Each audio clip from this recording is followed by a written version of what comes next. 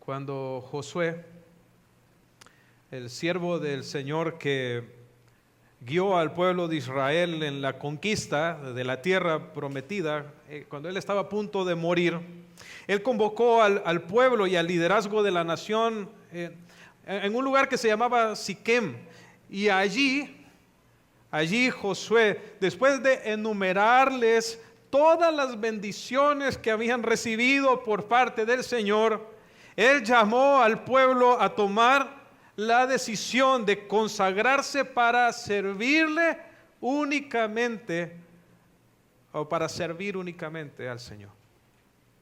Estas fueron las palabras de Josué.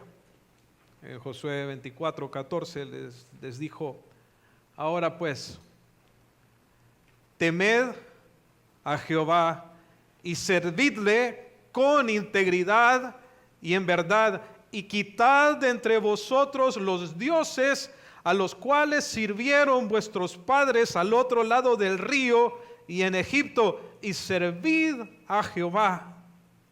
Y si mal os parece servir a Jehová, escogeos hoy a quién sirváis, si a los dioses a quienes sirvieron vuestros padres cuando estuvieron del otro lado del río, o a los dioses de los amorreos en cuya tierra habitáis, pero yo y mi casa serviremos a Jehová. El llamado de Josué al pueblo es muy claro. Él los está llamando a una devoción exclusiva a Jehová. No podían ellos servir a los dioses falsos de aquella tierra y al mismo tiempo servir al Dios verdadero. Ellos tenían que tomar la decisión firme de que les serían fieles, exclusivamente a Él. Y eso nos muestra, hermanos, que nosotros no podemos vivir en dos campos en el ámbito espiritual. No podemos pretender que vamos a vivir para el Señor y al mismo tiempo para los placeres de nuestra carne. Solo existen dos lados en los cuales una persona puede estar, y es con Jesús o en contra de Jesús. No existe neutralidad para con el Señor. O estamos de su lado o estamos del lado contrario. Pero lo cierto es que no podemos estar en medio. Y esto fue muy evidente a lo largo de la vida y el ministerio del Señor Jesucristo. Unos lo amaban, otros lo rechazaban, pero lo que vemos es que no se podía estar en ambos bandos. Entonces, a la luz de esta verdad, la pregunta que es pertinente para nosotros esta mañana es la siguiente: ¿en qué lado estamos nosotros? Y te pregunto, ¿en qué lado estás tú? ¿Estás con Jesús o estás en contra de Jesús? Y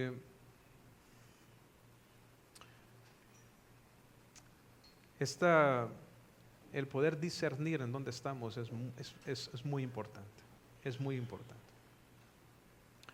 Porque si tú no puedes declarar sin lugar a duda de que estás del lado de Jesús, que eres parte de los suyos, que estás en su equipo, que tú le perteneces, que Él es tu todo, entonces no es que estás parcialmente a su lado, realmente estás absolutamente en su contra. Y el estar en contra de Jesús es estar en una condición de rechazo que, aunque no se vea tan evidente de pronto en tu vida en este momento, dicho rechazo solo va a crecer con el tiempo, se va a profundizar y se va a ir mostrando en una abierta rebelión y en grotescas actitudes hacia las cosas de Dios. Esta rebelión acabará arrastrándote a la condenación eterna. Y este es el caso que se nos describe en la porción de la Escritura que vamos a estar desarrollando el día de hoy. Veremos cómo el rechazo de los fariseos hacia Jesús va escalando a niveles cada vez más grotescos. veremos también cómo Jesús aprovecha la crítica de sus opositores para poner en evidencia la irracionalidad de sus argumentos y por otro lado darnos a conocer la autoridad y el poder que Él tiene sobre las fuerzas del mal. Y teniendo todo eso en consideración, quiero invitarles a abrir sus Biblias y buscar Lucas capítulo 11, en el versículo 14. Lucas capítulo 11, en el versículo 14, y vamos a estar leyendo hasta el versículo 23. Lucas capítulo 11, del versículo 14 al 23. Dice así la palabra de nuestro Dios. Estaba Jesús echando fuera a un demonio que era mudo, y aconteció que salido el demonio, el mudo habló y la gente se maravilló. Pero algunos de ellos decían: por Beelzebú, príncipe de los demonios, echa fuera a los demonios. Otros, para tentarle, le pedían señal del cielo. Mas él, conociendo los pensamientos de ellos, les dijo: todo reino dividido contra sí mismo es asolado, y una casa dividida contra sí misma cae. Y si también Satanás está dividido contra sí mismo, ¿cómo permanecerá su reino? Ya que decís que por Beelzebú echo yo fuera a los demonios. Pero si yo echo fuera a los demonios por Beelzebú, vuestros hijos, ¿por quién los echan? Por tanto, ellos serán vuestros jueces. Mas si por el dedo de Dios echo yo fuera a los demonios, ciertamente el reino de Dios ha llegado a vosotros. Cuando el hombre fuerte, armado, guarda su palacio, en paz está lo que posee. Pero cuando viene otro más fuerte que él, le vence y le quita todas las armas en que confiaba y reparte el botín. El que no es conmigo, contra mí es, y el que conmigo no recoge, desparrama. En esta sección del relato de Lucas encontramos a Jesús echando fuera un demonio de una persona. El demonio, como vemos en el texto, había incapacitado físicamente a esta persona al punto de que no podía ver ni hablar. En el texto que acabamos de leer en Lucas dice que era mudo. Sin embargo, si ustedes leen el texto paralelo de Mateo, también nos dice que estaba ciego. Este pasaje nos muestra cuánto daño puede hacerle el diablo o un demonio a una persona. A veces nosotros vivimos como si el diablo no existiera o como si no estuviera él tratando continuamente de destruirnos. Pero la verdad es que Satanás es un enemigo espiritual, pero real, y es extremadamente maligno. Él fue creado perfecto, pero se rebeló contra el Señor. Arrastró en su rebelión 1/3 de los ángeles de Dios, los cuales ahora conforman su ejército de demonios. Él es el padre de mentira, es el tentador, el acusador de los hermanos, el ladrón de la palabra, es un depredador espiritual, un homicida, y es el principal promotor del pecado en el mundo. Satanás engaña a las naciones, incita al orgullo y la confianza carnal, siembra falsedad en las personas, busca destruir la fe de los seres humanos, pervierte la verdad, promueve falsas doctrinas y persigue a los santos. Él tiene control sobre todos aquellos que no conocen a Dios. Y como vemos en este pasaje, Satanás y sus demonios pueden incluso atormentar e infligir daño físico, mental y emocional sobre una persona. A eso es lo que llamamos una posesión, un control absoluto de una persona por fuerzas demoníacas. Satanás visitó el jardín del Edén cuando los primeros seres humanos fueron creados a fin de incitarlos para rebelarse contra Dios, y él sigue haciendo eso hasta el día de hoy. Es un enemigo formidable y es un enemigo terrible. Pero hay algo que él no puede hacer. Él no puede hacerle frente a nuestro Señor Jesucristo. Solo hay un soberano Señor del cielo y la tierra, ante el cual el mismo diablo tiene que doblegarse, y ese es nuestro Señor y Salvador Jesús. Él tiene todo el poder y toda autoridad, y Él puede someter y expulsar a Satanás. Solo por medio de Jesús es que un ser humano dominado por el enemigo puede experimentar libertad del poder controlador satánico. Y aunque no todos los seres humanos estén endemoniados, todos los seres humanos son esclavos y viven para complacer al diablo cuando no han venido aún a los pies de Jesucristo.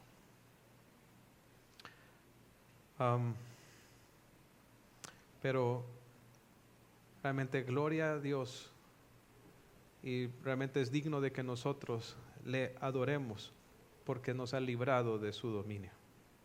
Y que es justamente lo que vemos que está haciendo el Señor Jesucristo con esta persona que estaba bajo el control del diablo. Dice que Jesús estaba echando fuera, estaba expulsando un demonio de su vida. Este hombre estaba experimentando libertad por el poder de Dios, y eso es justamente lo que Jesús trae a nuestra vida. Cuando nosotros venimos a Él, Él trae libertad, libertad. Ahora la pregunta es, ¿eres libre? ¿Tú eres libre realmente? Porque hay gente que piensa que vivir en el pecado es libertad, que piensa que haciendo lo que les da la gana son libres, pero es que no entienden la libertad de la cual habla la Escritura. Cuando el Señor Jesús dijo que si el Hijo os libertare seréis verdaderamente libres, tenía que ver con ser liberado del pecado. Sabes, hay gente que se cree libre porque puede andar pecando, cuando no entienden que son esclavos, están sometidos bajo el poder del enemigo, porque hay algo que no pueden hacer. No pueden hacer el bien, no pueden amar a Dios, no pueden vivir consagrados, no pueden vivir en santidad, no pueden vivir rendidos a Él, y con eso demuestran que realmente no son libres. La idea de libertad que el diablo les ha vendido es una mentira. Se creen libres, pero realmente son esclavos, porque la libertad realmente se encuentra en ser capaces de poder honrar y obedecer al Señor y escapar de la esclavitud del pecado. Ahora, qué maravilloso que Jesucristo puede darnos libertad, y eso es lo que el Señor Jesús le da a este hombre. En el momento en que ese demonio es expulsado, este hombre que era ciego y mudo, ahora puede ver y puede hablar. Él puede vivir una vida diferente. Ya no tiene por qué estar más incapacitado para andar y para comunicarse. Ahora Él es libre. Él es libre para poder contemplar a Jesús, para poder cantarle a Él y anunciar sus maravillas, hermanos. Y eso es exactamente lo que Dios hace con toda persona que cree en Él, que confía en Él, que se entrega a Él.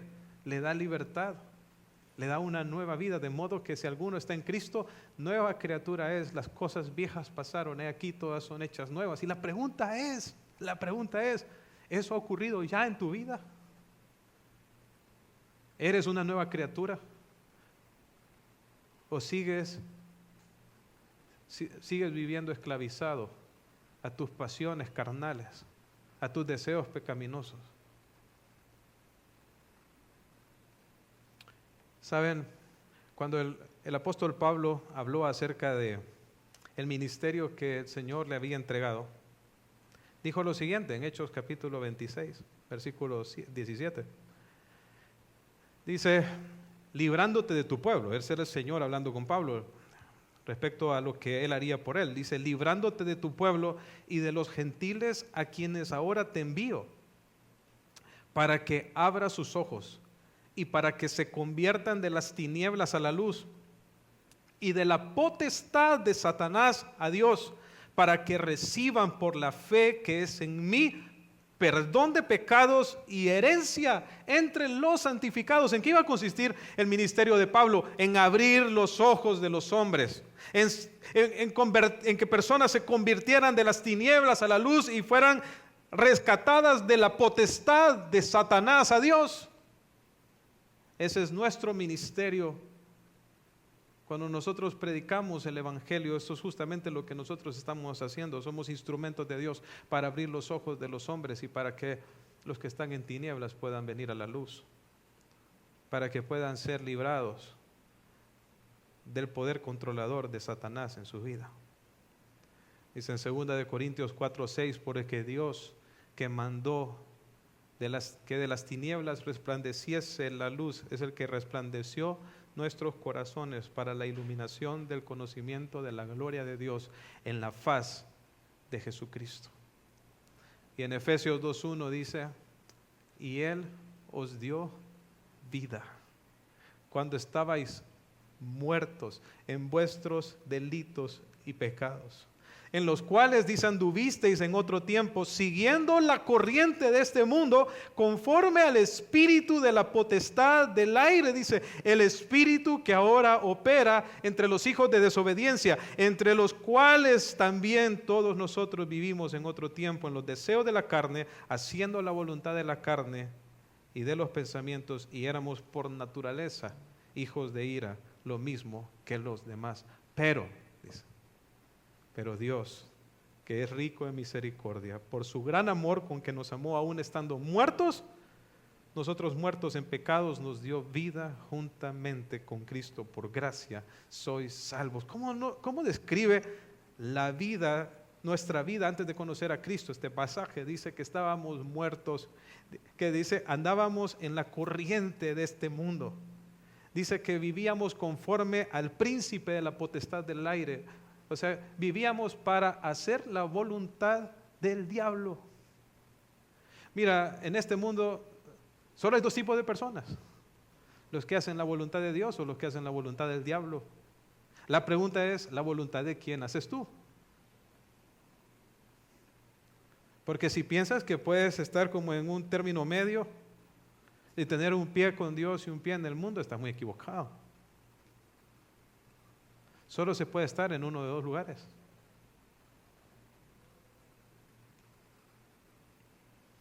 O tienes vida nueva. Y con eso no estoy diciendo que los cristianos somos perfectos y no pecamos, pero existe una realidad. Cuando nosotros venimos a los pies de Cristo, nacemos de nuevo, somos personas diferentes. Nuestro corazón ahora se inclina a las cosas de Dios porque el Espíritu Santo mora en nosotros. Y eso es algo que no experimenta un impío, no experimenta un incrédulo. Un incrédulo no tiene lucha contra el pecado, se entrega. En eso vive, es su placer. Es su placer vivir en el pecado. Como dice allá en la carta de Pedro, ¿no? Sí, la puerca lavada vuelve a revolcarse en el cieno. Una persona que no ha sido regenerado es como un cerdo, que uno lo puede lavar, lo puede limpiar, le puede poner un chongo, pero cuando tenga otra vez la oportunidad se va a volver a revolcar en el lodo. Hay muchas personas así hoy en día, que vienen a la iglesia a ponerse el chonguito y a lavarse, pero cuando van a la semana van a vivir igual, porque están esclavizados a sus pecados. Están dominados por el enemigo y solo Jesucristo realmente es el único que puede darnos libertad. Tienes libertad. Es importante que respondas esa pregunta en tu vida. Ahora, dice el texto que muchas de las personas que estaban ahí al ver lo que Jesús había hecho por este hombre se maravillaron. Otros decían, cuando nosotros leemos el texto paralelo de Mateo, decían, realmente será este el Hijo de Dios, porque realmente el cambio que había ocurrido en ese hombre era bien evidente. Y saben una cosa, cuando una persona realmente rinde su vida a Jesucristo, cambia al punto que los demás lo pueden ver, es evidente. No puedes seguir siendo igual, no puedes decir que conoces a Cristo y que tu vida siga marcada por la misma impiedad. O sea, tiene que haber un cambio. Y ciertamente no vas a ser perfecto de la noche a la mañana. Estamos en un proceso de santificación, pero tiene que haber un proceso de santificación. Eso tiene que ser una realidad si es que somos hijos de Dios. Entonces puedes ver en tu vida, hermano, las evidencias de la regeneración y la transformación que Dios ha hecho en ti. Saben, los seres humanos, las personas que están a nuestro alrededor, nuestros familiares, nuestros amigos, nuestros vecinos, nuestros compañeros de trabajo, deben ser capaces de ver lo que el Señor ha hecho en nosotros y glorificar a Dios por ello. Pero sin embargo va a haber personas que aún viendo la obra de Dios frente a sus ojos, van a persistir en su rechazo a Dios, y eso es lo que vemos cuando continuamos en nuestro desarrollo del texto. Miren lo que dice en el versículo 15, volviendo a Lucas 11. Dice, pero algunos de ellos decían, o sea que habían ahí dentro de la multitud otras personas que no se maravillaban, que no se preguntaban si Jesús realmente era el Mesías, sino que decían, por Belcebú, príncipe de los demonios, echa fuera a los demonios. Y otros para tentarle le pedían señal del cielo. Habían personas ahí en la multitud que rechazaron a Jesús a tal punto que llegaron a cometer el pecado de blasfemia. ¿Saben? La blasfemia es proferir insultos contra aquello que es santo y puro. Y eso es justamente lo que están haciendo estos hombres. Están atribuyendo la liberación de este hombre del demonio al poder del mismo Satanás. Ellos están diciendo que Jesús había expulsado ese demonio en el nombre, por la autoridad y por el poder del príncipe de los demonios, que ese es Belcebú. Belcebú, ese era el nombre de un ídolo filisteo que se llamaba Baal Zebub. Ustedes pueden verlo allá en el libro de Segunda de Reyes. Con el tiempo los judíos aplicaron ese nombre para hacer referencia al príncipe de los demonios, o sea, para hacer referencia a Satanás. O sea, literalmente cuando ellos estaban diciendo que Jesús expulsaba a este demonio por Belcebú, estaban diciendo que lo estaba haciendo por el poder del diablo. Qué nivel de ceguera espiritual, qué nivel de oscuridad a la que habían llegado estos opositores de Jesús a pecar de esta manera tan aberrante y espantosa. Tanto querían desacreditar a Jesús que adjudicaron la obra del Espíritu Santo al poder diabólico. Realmente, aunque ellos no estaban poseídos por un demonio, claramente mostraban que no necesitaban estar endemoniados para servir a Satanás. Hay muchas personas hoy en día así, ¿verdad? Que no están poseídas, pero con su vida, con sus acciones, con sus actitudes, sirven a Satanás. Aquí están estos con sus palabras, profiriendo blasfemias e insultos específicamente contra alguien, y que es importante que lo notemos, contra el Espíritu Santo. Porque por el poder de quién había Jesucristo llevado a cabo esta liberación. Para que lo podamos ver, hermanos, vamos al texto de Mateo, que es el texto paralelo. Y vamos a encontrar ahí un poquito de información adicional respecto a esto. Mateo 12, 22. Es la misma historia. Dice, entonces fue traído a él, o sea, Jesús, un endemoniado, ciego y mudo, pueden ver que era ciego también, y le sanó de tal manera que el ciego y mudo veía y hablaba, y toda la gente estaba atónita y decía, ¿será este aquel hijo de David? Mas los fariseos al oírlo decían, este no echa fuera a los demonios, sino por Belcebú, príncipe de los demonios. Sabiendo Jesús los pensamientos de ellos, les dijo, todo reino dividido contra sí mismo es asolado, toda ciudad o casa dividida contra sí misma no permanecerá. Y si Satanás echa fuera a Satanás, contra sí mismo está dividido. ¿Cómo pues permanecerá su reino?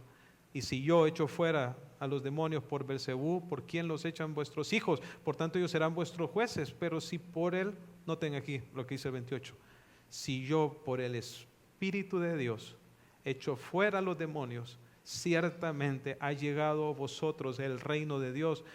Porque ¿cómo puede alguno entrar en la casa de un hombre fuerte y saquear sus bienes si primero no le ata? Y entonces podrá saquear su casa. El que no es conmigo, contra mí es, y el que conmigo no recoge, desparrama. Y noten lo que dice el versículo 31, lo que sigue, porque es muy importante también.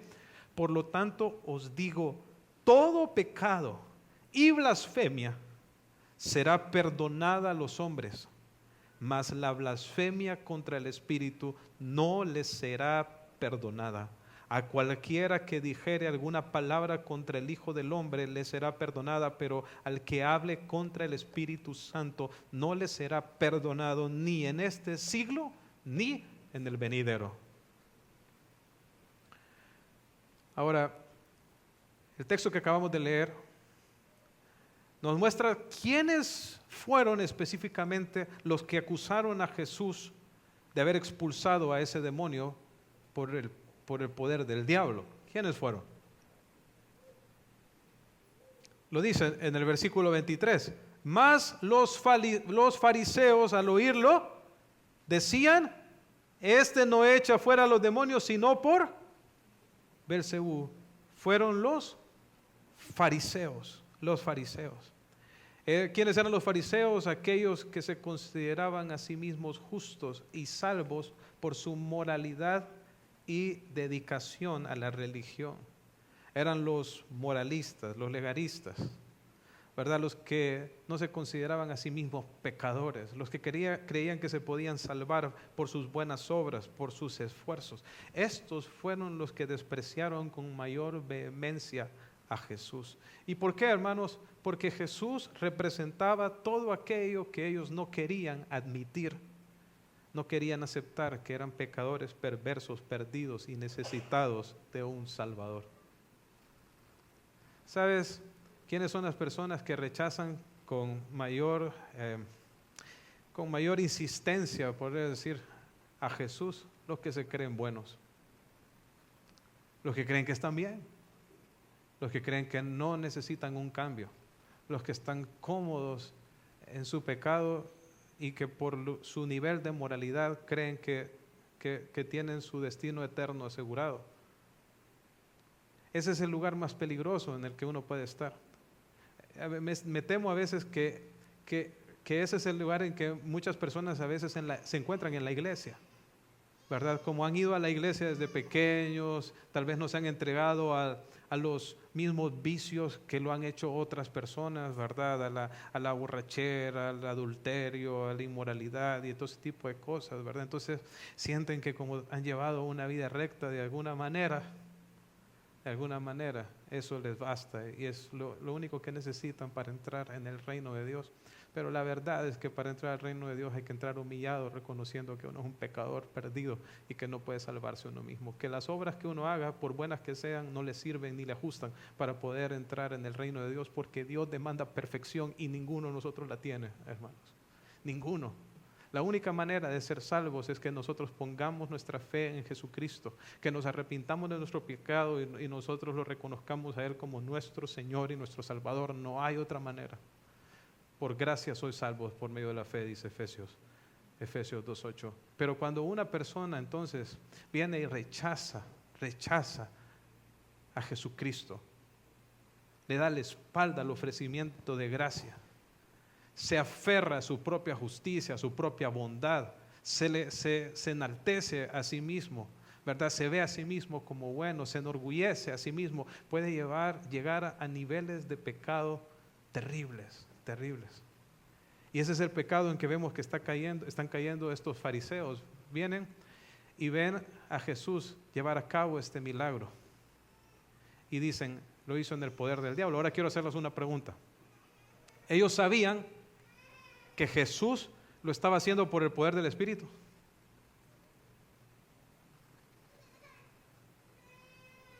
¿O creen ustedes que realmente ellos creían que Jesús lo estaba haciendo por el poder del enemigo? ¿Creen que realmente ellos sabían que Jesús lo estaba haciendo por el poder de Dios? La verdad es que sí. ¿Cómo lo sabemos? Ustedes lo pueden comprobar y pueden leer Juan capítulo 3, que donde llega Nicodemo, un principal de entre los fariseos, llega a Jesús de noche y le dice, sabemos, no dice yo sé, no lo dice en singular, lo dicen en nombre del grupo de fariseos. Sabemos, dice, que has venido de Dios, porque nadie puede hacer las cosas que tú haces a no ser que Dios esté con él. Ellos sabían claramente, no podían negar que era el Espíritu de Dios quien había efectuado ese milagro. Ellos habían recibido testimonio claro delante de sus mismos ojos, pero también en sus corazones, de que esta era la obra de Dios. Ellos no lo podían negar, ellos sabían que era Dios actuando, ellos sabían que Jesús era el Mesías, que Jesús era el enviado. Pues sabiendo, con pleno conocimiento de que era por el poder del Espíritu Santo, ellos se atreven a decir que fue en el nombre de Belcebú que fue hecho esa liberación. Y aquí es donde entramos en lo que es la blasfemia contra el Espíritu Santo. El pecado que dice el Señor Jesús que no será perdonado ni en esta vida ni la venidera. ¿Qué es eso, hermanos? Un pecado que no puede ser perdonado. Es que saben, la obra del Espíritu Santo consiste en abrir nuestros ojos para que nosotros podamos ver a Jesús y que nos podamos arrepentir y le podamos recibir. Pero cuando una persona rechaza la obra iluminadora del Espíritu Santo, le da la espalda, y no solamente eso, sino que en su rebelión se opone y se vuelve un enemigo de esta obra del Espíritu, cae en un estado irreversible, donde lo único que le toca esperar es la condenación.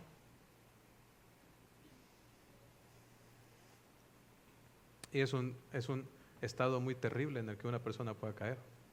Estos fariseos solo fueron aumentando su nivel de enemistad contra el Señor Jesús, al punto que llegaron a crucificarlo, a crucificar al Hijo de Dios, aún sabiendo que él era el Mesías.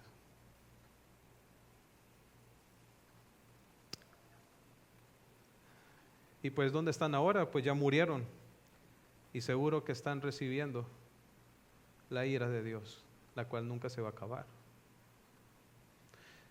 Mira, si Dios te ha traído aquí para que puedas escuchar la palabra y alumbrar tus ojos, mostrarte tu pecado y tu necesidad de Jesucristo, es para que hoy te arrepientas y te entregues a Él y recibas la nueva vida, la libertad. Pero si decides endurecer tu corazón y rechazar esto, ten cuidado, te estás poniendo en un lugar muy peligroso y no terminará bien para ti. Ahora, lo otro que vemos en estos opositores es que le pedían a Jesús una señal. Otros dicen que le pedían señal. Pero no era que le decían, Señor, haz esta señal para que creamos en ti. O que ellos sinceramente querían una prueba de la divinidad y de que Jesús realmente era quien decía ser. Ya lo habían visto resurrección de muertos, habían visto sanidades, pero sorprendentes, ¿verdad? Realmente el propósito de esta solicitud era malicioso. Dice el texto claramente que ellos querían tentarle. ¿Y qué es eso de tentarle? O sea, que ellos querían que Jesús hiciera una señal, pero por motivos egoístas, para luego poder acusarle de presunción o de magia. También este ataque era de doble filo, porque si Jesús no satisfacía o no contestaba afirmativamente, ¿verdad? No hacía lo que le pedían, entonces podían ellos venir y acusarlo como de un incapaz, mentiroso, y empezar a sembrar dudas en las personas respecto a la autoridad y a la misión de Jesús. Entonces, por supuesto, Jesús no iba a caer en su trampa, aunque eran muy bien pensadas, ¿verdad? Tenían el objetivo de desacreditar a Jesús, de manchar su reputación y de acusarle por alguna falta. Pero Jesús nunca cayó en su trampa, y como vamos a ver más adelante, Jesús, que conoce sus corazones, entonces confronta las inconsistencias en las palabras que ellos estaban diciendo. Pero solo quiero mencionar que cuando una persona, hermanos, le demanda una señal al Señor para creer en Él, que no le bastan las señales que el Señor ya ha hecho. Aunque el Señor hiciera más señales, no significa que van a creer en Él. Eso revela un corazón incrédulo. Miren, Dios está actuando todo el tiempo alrededor de nosotros. La Escritura dice que ni un pajarillo cae al suelo si no es por el Señor. No es que Dios no está actuando en nuestro alrededor, si Él es quien sostiene toda la creación. Seguro no somos científicos los que estamos aquí, pero si han estudiado un poco de física y han visto la naturaleza del átomo, ¿qué lo mantiene junto?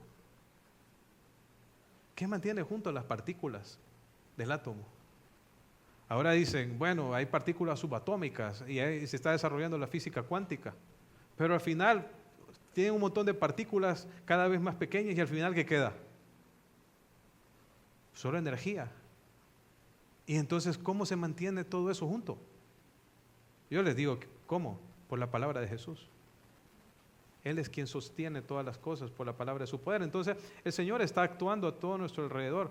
El problema no es que Él no esté actuando, el problema es que nosotros no lo podemos ver por nuestra falta de discernimiento espiritual.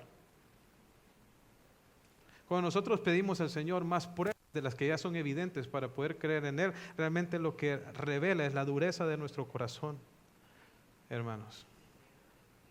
Y que de pronto estamos enceguecidos y que nuestra comprensión está velada por la obra del diablo, que de hecho ese es su trabajo. Satanás trabaja para mantener el entendimiento de los incrédulos en oscuridad. Esa es la razón por la cual la gente no puede ver a Dios, no porque Él no esté ahí, no esté orando todo el tiempo, sino porque está ciego. Ciego. ¿Saben qué es lo único que nosotros necesitamos para poder creer en Dios? Su palabra. Su palabra nos debería de bastar, es suficiente. Nuestra relación con Dios no está basada en milagros ni señales, está basada sobre la fe, o sea, sobre la confianza en lo que Dios ha dicho. Ahora miren la respuesta de Jesús en el versículo 17, volviendo a Lucas 11, dice en el versículo 17, más Él, Jesús, conociendo los pensamientos de ellos, que manifestación de su divinidad, no es así, de su omnisciencia, de que Él conoce todas las cosas. Él conocía los pensamientos de ellos, hermanos, y conoce los tuyos y los míos. O sea, ya se imaginan estas personas que Jesús empieza a hablar respecto a cosas que están pensando. Algunas personas a veces me dicen, ¿verdad? Pastor, ¿y cómo sabía usted que yo pensaba de esa manera o que yo estaba pasando por esa situación? No, hermano, yo no sabía. Quien sabe es Dios y se lo reveló por su palabra. O sea, es increíble. O sea, cómo Dios nos habla nuestros pensamientos, porque Él los conoce. Y aquí lo vemos, ¿verdad? Él conocía los pensamientos de ellos y les dijo, todo reino dividido contra sí mismo es asolado, toda casa dividida contra sí misma cae, y si también Satanás está dividido contra sí mismo, ¿cómo permanecerá su reino?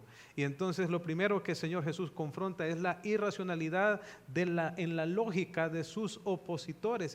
Era absurdo pensar que Satanás se autodestruiría expulsando a sus propios demonios, y él mismo los había mandado para que se metieran en esa persona. ¿Cómo era ahora iba a venir y expulsarlos? De alguna manera contrarrestar el dominio que Satanás estaba teniendo sobre la vida de una persona. Realmente era ridículo que ellos pensaran de esta manera, y entonces Jesús por eso confronta la irracionalidad de su pensamiento, mostrándoles que un reino dividido contra sí mismo no puede permanecer. Y hermanos, y ciertamente, ¿verdad? No se requería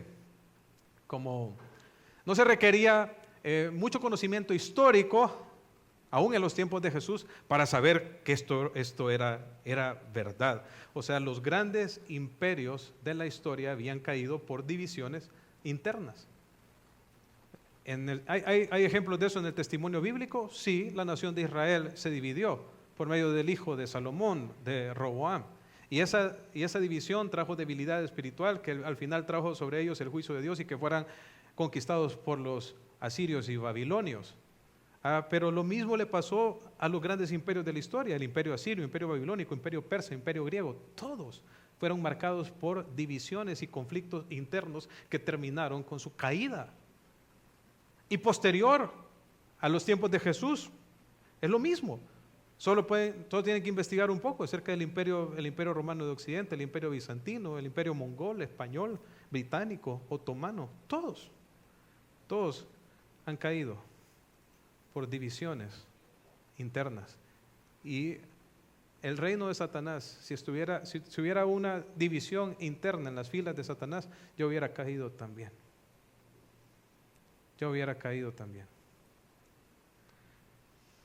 Ahora bien, es por esto también, hermanos, que es tan importante la unidad en el cuerpo de Cristo. La división en la iglesia es una obra del diablo. Él sabe que hay que estar unidos para vencer. Entonces, él trabaja fuertemente para dividir a la iglesia. Y es por eso que el que intenta causar división en la iglesia debe de ser disciplinado, debe de ser castigado de una manera bien severa. ¿Saben de qué manera? Debe de ser aislado de la comunión en la iglesia. No sé si han leído Romanos capítulo 16, versículo 17, pero se los voy a leer. Romanos 16, 17. Mas os ruego, hermanos, dice, que os fijéis en los que causan divisiones. ¿Qué hay que hacer con los que causan divisiones? ¿Cómo diríamos en hondureño? Póngale el ojo. Fíjense. Dice, os fijéis en los que causan divisiones y tropiezos en contra de la doctrina que vosotros habéis recibido, y que os apartéis de ellos, porque tales personas, miren, no sirven a nuestro Señor Jesucristo, sino a sus propios vientres. Cuando una persona causa división en la iglesia, ¿a quién está sirviendo? No está sirviendo a Cristo. No está unido a Cristo ni dependiendo de Cristo. Está sirviéndose a sí mismo, sus propios deseos egoístas. Y por eso más adelante Pablo dice, y en el versículo 20, y el Dios de paz aplastará en breve a Satanás bajo vuestros pies. Porque Pablo sabe que el artífice de las divisiones en la iglesia es el diablo. Él no está dividido en sus filas, pero sí él busca dividir las filas del Cordero. Entonces, sabes, hermano, nunca te vayas a prestar para una división. Es un gran pecado. El que destruyere el templo de Dios, Dios lo destruirá a él. Y si alguna vez has participado en una división, entonces confiesa ese pecado, fue pecado. Confiésalo y no vuelvas a cometerlo de nuevo. Arrepiéntete, ¿verdad? Y nunca te vayas a prestar nuevamente para eso. Si tú tienes algún problema con cómo se está haciendo, que de pronto las cosas, o que hay algo que no se está haciendo de manera bíblica, pues hay medios bíblicos para confrontar el pecado, pero nunca para causar división en el cuerpo de Cristo. Nosotros, hermanos, debemos de perseguir la unidad.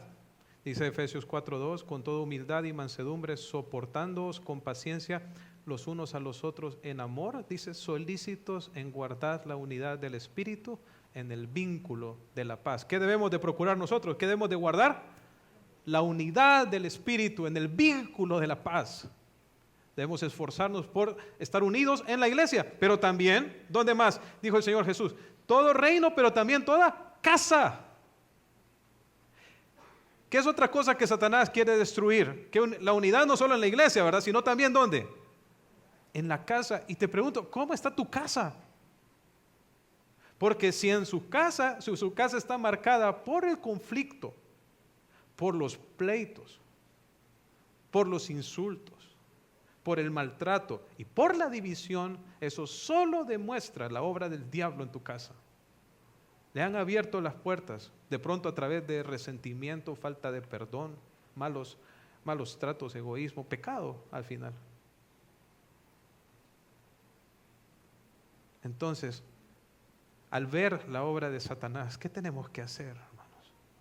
Tenemos que acogernos y ponernos bajo la sombra del único que puede darnos libertad de su influencia y su poder, que es el Señor Jesucristo.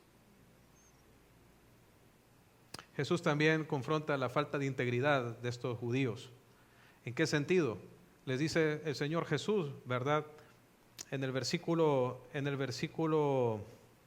19, pero si yo echo fuera a los demonios por Belcebú, vuestros hijos, ¿por quién los echan? ¿A quién se estaba refiriendo Jesús al decir vuestros hijos? Es que los judíos, o al menos a un grupo dentro de ellos, practicaba el exorcismo ambulante. O sea, habían exorcistas ambulantes en Israel.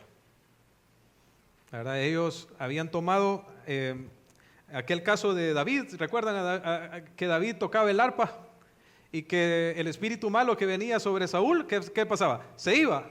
Entonces los judíos habían tomado eso como, bueno, o sea, si nosotros logramos tocar las teclas esenciales, ¿verdad? Una música y hacemos esto o lo otro, bañamos con aceite a la persona y todo, vamos a lograr liberar a las personas de la influencia del enemigo. Entonces se crearon grupos de exorcistas ambulantes en Israel.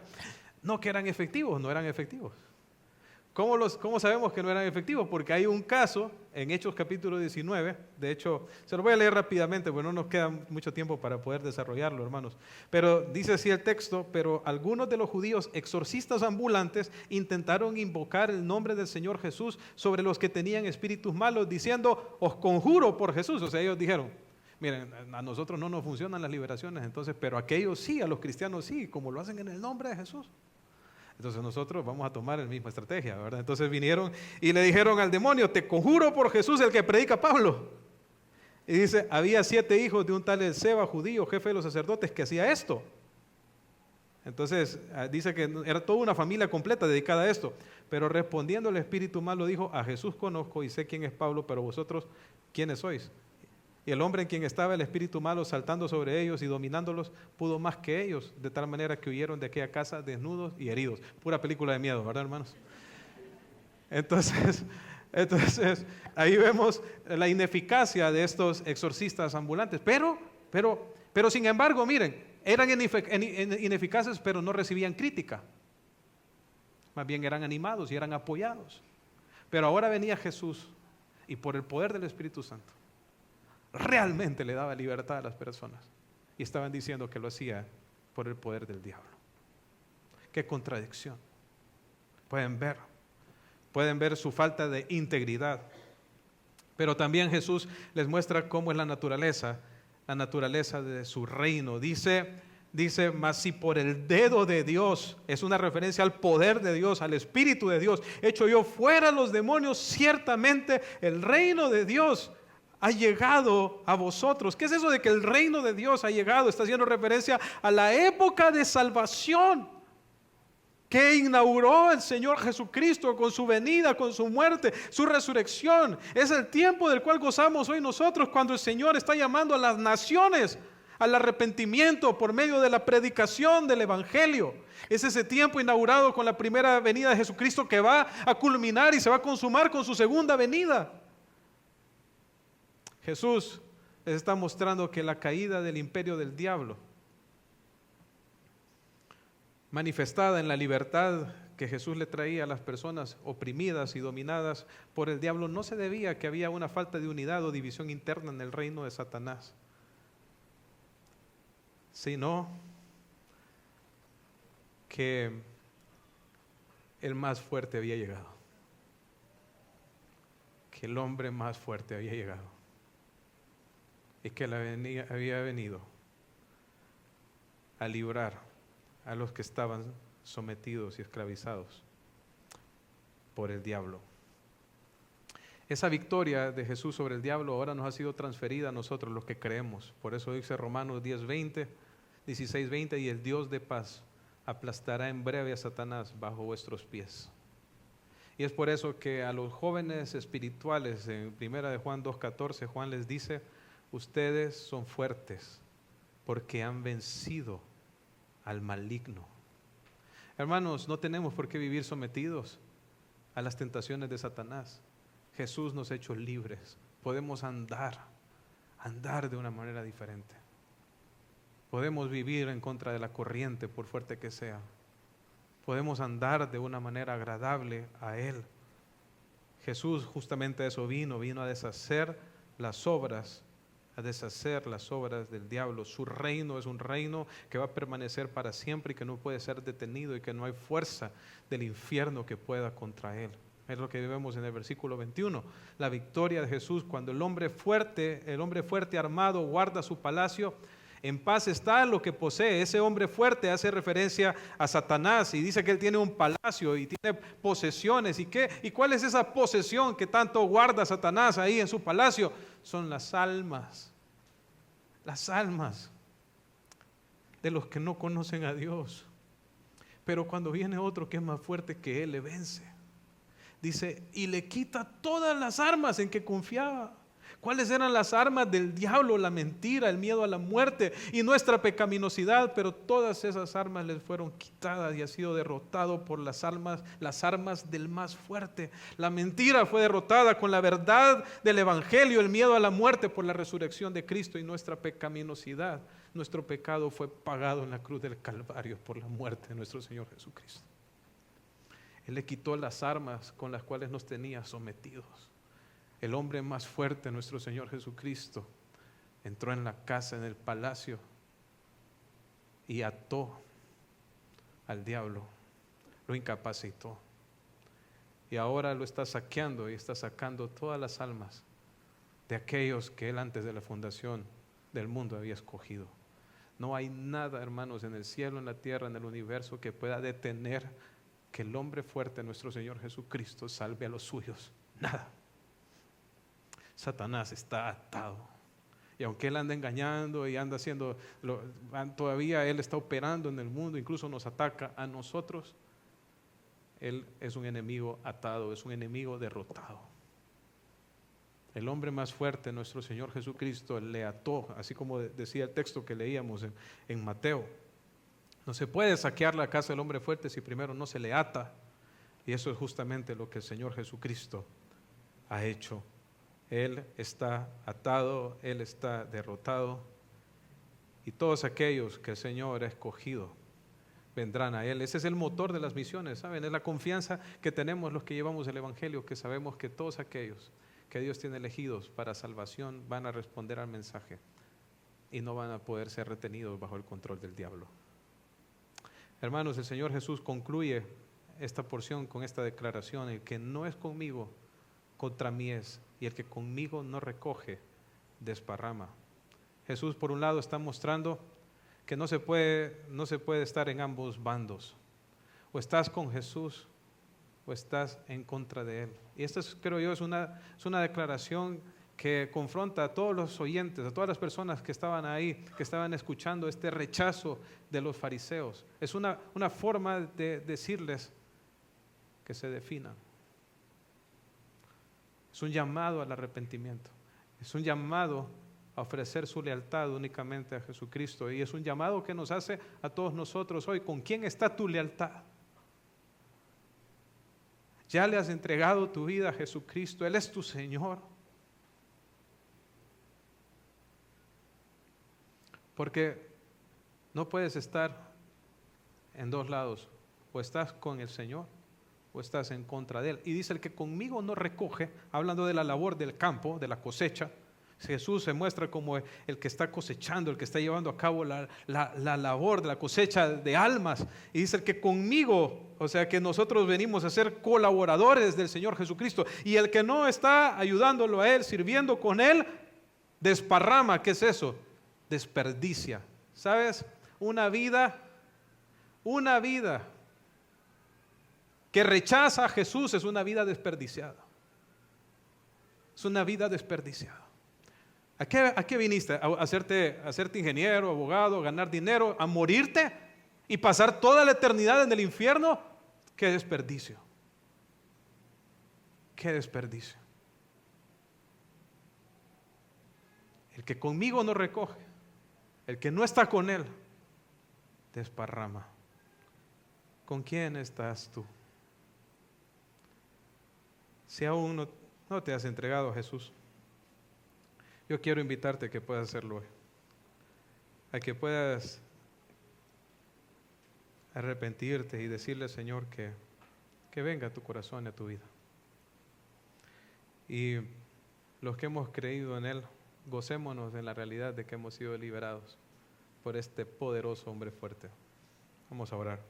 Señor, Padre Celestial, ruego por el alma de toda persona aquí que aún no ha nacido de nuevo, Señor.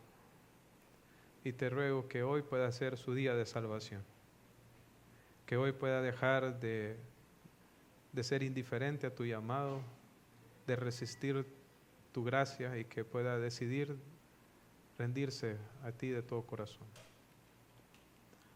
Padre, también quiero agradecerte por la victoria de nuestro Señor Jesús, por habernos liberado de la esclavitud del pecado y por habernos liberado del control del diablo.